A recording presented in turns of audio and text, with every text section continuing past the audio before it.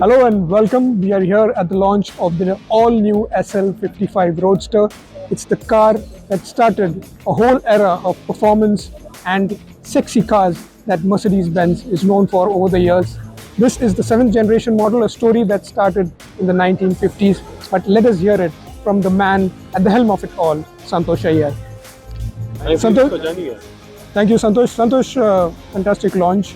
Tell us a bit about the SL customer in India and who are the guys who are actually into buying these cars.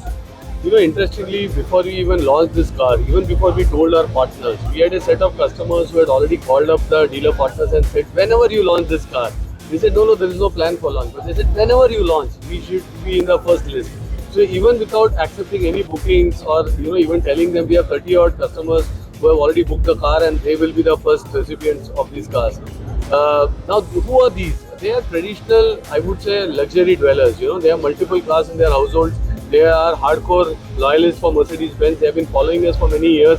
And many of them are also smart. I would say they are collectors because they also know that this is one of the, we are transitioning from combustion engines to EVs. And it's better at this stage to own a piece of history because the older ones are quite expensive. So why not go in for the newer ones? One is to enjoy the thrill of driving, and second is also to keep it as a piece of history with them. But on the other side, even cabriolet, for example, when we did right now till end of this year, we are sold out on the cabriolet also. And then the same, I will not be surprised if you see for the Roadster. The challenge is to get the allocations. We got the initial bit, but hopefully we keep getting more. Right. When are you looking at deliveries to start for this? Early July, August, we start getting the first shipments. Okay. The SL is available in 3 engine trims worldwide. So what was the reason behind having the 55 here for India? So firstly, the 63 is just not available. I mentioned about the G63. Its waiting is for 2 years.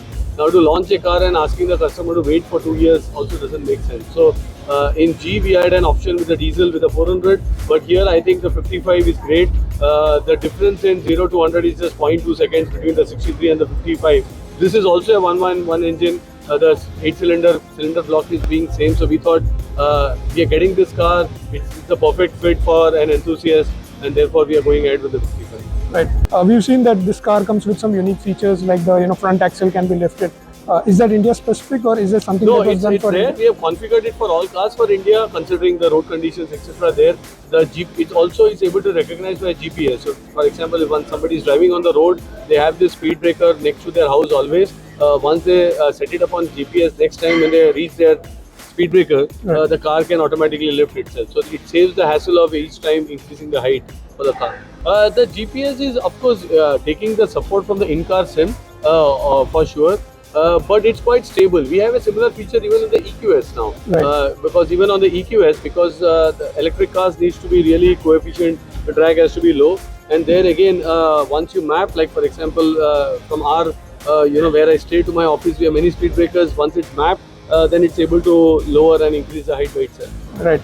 Well, interesting that you pointed about the EQS. There's a question around electric. How is that business going for you? It's as per plan. Our strategy was very different. Our strategy is coming from the top to down, and therefore when we had to localize the EQS, localize an EV, we had all the options, but we selected on an EQS because we feel it's easier. It's also better that we start from the top and slowly we start getting products to a larger range of segments. The other product we have is also the EQB, and we launched at a similar price to the GLB. But today I can say 80% of the sales of in that segment is electric. So that clearly shows a lot of demand. But again, supply is a challenge for EQS. I have a waiting of 3 to 4 months period. For EQB, it's 2 to 3 months.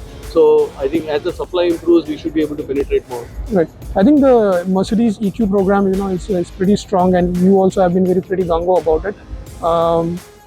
Are you happy with the number of cars that you've been selling vis-a-vis your competition? Some of them seem to have, slightly more now, just in terms of volume.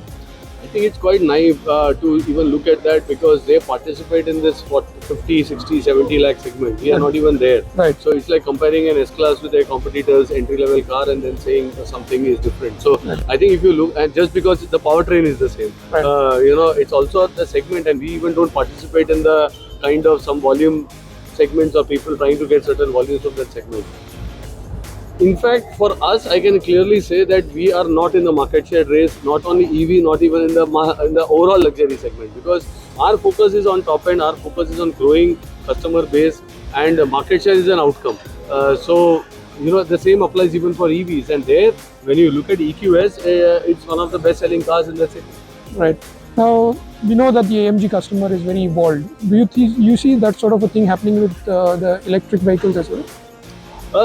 I think it's not about evolution, it's about trust and about taking that big leap of faith when it comes to EV.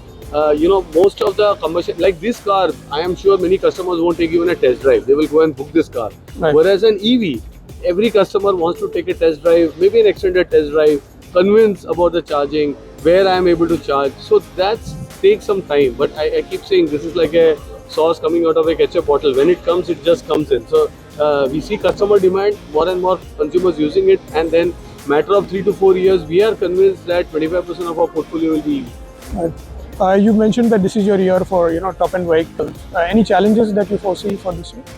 Exchange rate. Unfortunately, the euro is getting stronger compared to the Indian currency, and that also puts pressure on the pricing. We have already had 2 price increases, one in Jan, second in April. We hate it. Customers also, I'm sure, may not like it, but then that's the fact. So we have to keep a watch on it. The interest rates are a bit stable now, thankfully, but it's still high.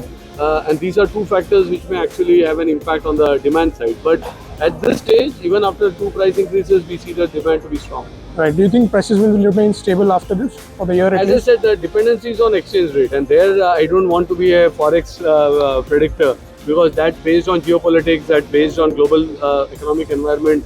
So, and we are watching it closely. Right. Thanks so much, Santosh. Thanks a lot for joining, Girish. Thank you.